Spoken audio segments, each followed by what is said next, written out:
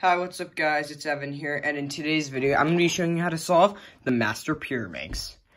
So basically, the Master Pyraminx is a Pyraminx puzzle, just like the normal Pyraminx, which is a 3x3. This is a 4x4, and you can determine that by the pieces around this layer, so like 1, 2, 3, 4, so this is kind of 4 layers. So that's how you can tell it's a 4x4. I'm just going to mix this puzzle up off camera, and I'm just going to teach you guys how to solve it. So, I've not made a Pyraminx video in a while, so, I think this is definitely going to be interesting for me. So, I will have, all the algorithms down below in the description when, posting this. So, yeah. I'm almost done mixing this up, so, yeah. I always say that, like, every video. Alright, it's all mixed up. Here, let's get started. So basically what you want to do for the first step is to solve all these centerpieces. So on a Master Pyraminx, instead of 3 centerpieces, like on a normal Pyraminx, there's 6. So there's 1, 2, 3, 4, 5, 6. And how to solve these is that you want to look at these, like, center edge pieces. So you can tell, like, I'm just going to solve a couple, for example. So we already have some over here. So you need to try to line them up by their color. So what I mean by this is having 2 center edges lined up next to each other with the same color. So for example, this is yellow and blue, and this is yellow and blue. So that means we need a yellow and blue right here. And same over here, this is yellow and orange, so that means we need yellow-orange along this row. And then the other remaining color along this row, which is green. So you just insert these pieces just like you would in the beginner's method. So I'm just going to look for a center edge and just put it into place. Oh, so here's one right here. So this is, this has green and orange. So this is a tip, so I could just move this down. And now these 2 pieces are matched up. So, let's just look for another piece. Let's, look for one of these 6 pieces. Okay, so here's one. This is a, yellow-orange. So let's move around the cube until we see, orange along this layer. And the yellow side is just going to be my last side. So here it is. So this is orange. So what we can do is just move this piece up, move this over, and move this down. So guys, I also recommend learning how to solve a Pyraminx before watching this video, because there are some concepts that you do need to know before learning this puzzle. So so we already got a row of orange done. So let's work on, let's just say, green next. So let's look for the green center edge, which are these, like I said, these pieces right here along the puzzle. So, let's just look for one.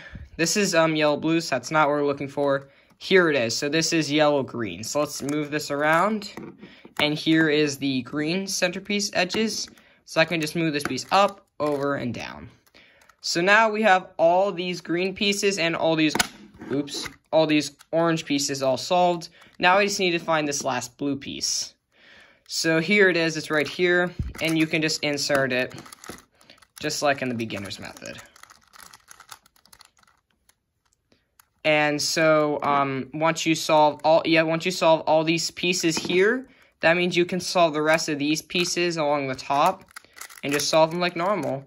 And also, I do want to explain one more thing when actually solving this, because you might actually run into a couple different, like a case or so that might stump you. So if you ever see a case like this, where you have 3 edges all in the wrong spot, but if you just turn around the cube and just one of them eventually just gets matched up with each other, like this one here, you want to hold this correct piece in the back, and now just do this algorithm. You want to do R prime, L, R, L prime, U, L prime, U prime, L.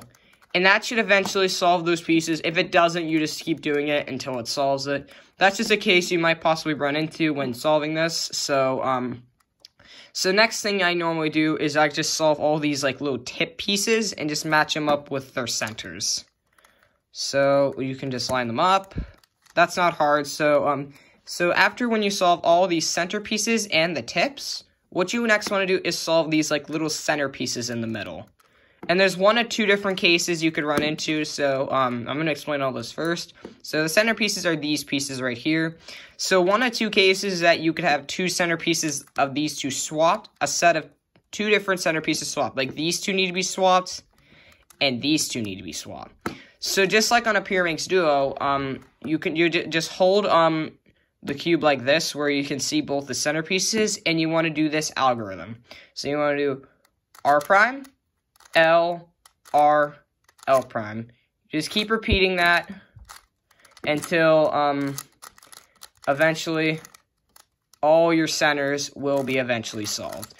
And there's another case I also do want to show you guys. So another case you could possibly run into is having one of your centerpieces solved, and then you could also have three different centerpieces all mixed up from each other. So if you end up having this case, what you want to do is hold that solved centerpiece on the left side, aka this one, and you can just hold this on the left side over here, and now you want to perform this algorithm. You want to do R, U, R prime, U, and just do that and keep doing the algorithm until your cube is, all the centers on your cube will eventually be solved. So after showing both those cases, let's get on to the next step. Okay, so the next step of this is to actually solve a tip. So just choose any side as your last side, so I'm just going to pick yellow. So this will be the last side we'll be solving, and that means we want to solve this little tip first. This might actually be a bit tricky, so I'm kind of going to explain how it works. So basically, you want to try to find the pieces that you need to look for, and then you can just move them into their spots. So I'm going to do an example one. I already have one in place. So let's look for a piece. So this piece needs to be green and orange. So let's look for a green and orange piece. Here's one. So what you can do normally is actually just move the piece down into place. But when I notice that, the piece is flipped. So I can't really enter that. So if this actually was the correct piece, I would move this piece out of the way and move this piece back up. And you could just solve the tip from there. So basically here, since that piece was flipped, that means we need to find the other piece, which is over here. So we can just turn this tip around, and then we can just move this piece over, move this piece down and out of the way so we don't mess this up, and now just refix all of these centerpieces. Okay, so that's kind of how you solve it. Here, I'll do another one just for the heck of it. I'll do like one more. So I'm just going to kind of redo everything just to kind of give you guys an idea. So another way you could possibly solve the pieces is just kind of bringing like a piece down into place, moving it out of the way, and then just fixing your centers. If like you didn't solve it like the way I did it there, that's another way you could do it. So like for example, if that piece I just turned in like for the green and blue, and if this was flipped, I need to find the other piece. And the other piece is over here, so I need to move this tip along until this piece I'm looking for is like able to get put into its spot. So I can just move this piece down into its place, move the piece out of the way to just avoid from ruining it, and then you can just refix your centers. So yeah. And there's another case I also do want to show you. So if you actually run into something, so the last piece you're always solving for when you have two solved, this can actually be somewhat tricky. So what you want to do is actually, I'm going to look for the piece. So so it needs to be blue and orange. So let's look for all the blue and orange pieces. So here's one over here. Let's put it into its spot to see if it's right. So yes, it is in the right place, but we can't obviously move it into its place because when we fix the centers, we lose a piece. So we can't obviously do that. Oh yeah, okay. So obviously we have to think of something else. So another way you can do it is actually finding a piece. So I actually have green and orange now after messing with it. So what I can do now is just look for the green and orange piece. So I find one here, so I can just move it over and just try inserting it like I would with the beginner's method. But I can't, so when I tried putting this in, the piece was flipped, so this is not the right piece. So we need to look for the other one, which is over here. So we need, so you can just do a few setup moves to put it into its spot. I can kind of explain again what I did there. So basically, this was the right piece right here. So I would just move it to the left because, like, if I move this piece up, I wouldn't be able to move it into its spot if it was over here. It would just completely ruin and not be in the right place at all. So if I just move this piece out of the way and to a different side, I can just move the piece up, over, and just move it back down. So it's almost as similar just to inserting pieces like on the beginner's method. It's extremely similar to that. But you can't, also when you're inserting last piece, you can't just have it like in the same row like over here. You have to move it to one of these like higher layers up here, because like if you just insert a piece, you would have to easily mess up another piece to just solve for that certain piece you're solving for. So once you solve that tip, which the tip is honestly probably the hardest step I think in this puzzle. So basically now what you want to do is solve these remaining edge pieces around your last side, which I picked was yellow. So I'm just gonna look for some yellow edges. So here's one. This is yellow and blue.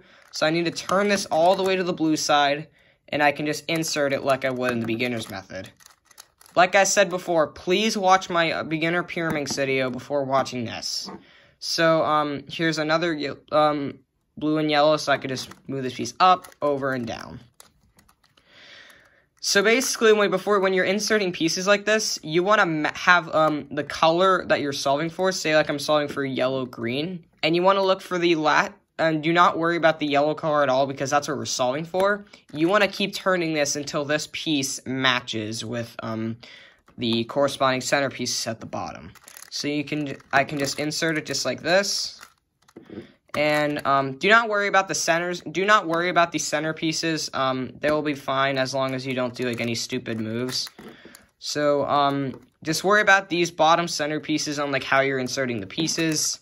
So, like, here's a piece over here that needs to put into place. I can just move this left side up, move this over, and back down.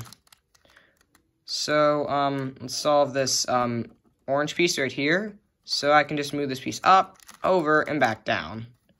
So, I just have one more piece, and this is orange and yellow. So, I can just move this piece over, up, over, and down. So once you solve your yellow side, there are possibly two different cases you could run into. So one case is eventually having the puzzle solved, or another case is having what I have. And you could have like a set of two edges needing to go to a different side. So like this set needs to go over here. This set needs to, and this set of pieces need to go here. So basically what I do during this is I just do this algorithm over and over and over again. So I just do this. I use this set of pieces as the right side, and I use this piece as the U moves. This is R, and this is U.